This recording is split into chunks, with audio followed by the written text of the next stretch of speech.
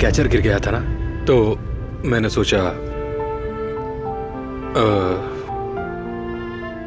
मैं तुम्हारे लिए एक नया कैचर ले आऊं। हर चीज मुझे उसी की याद दिला रही है, हर चीज।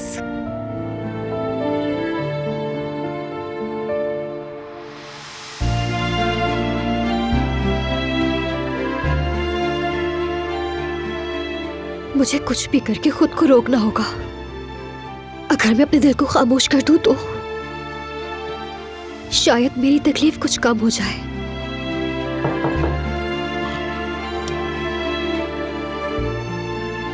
यास्मीन,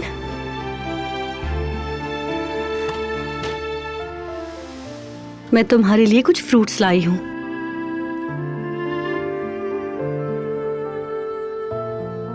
अब कैसी हो तुम?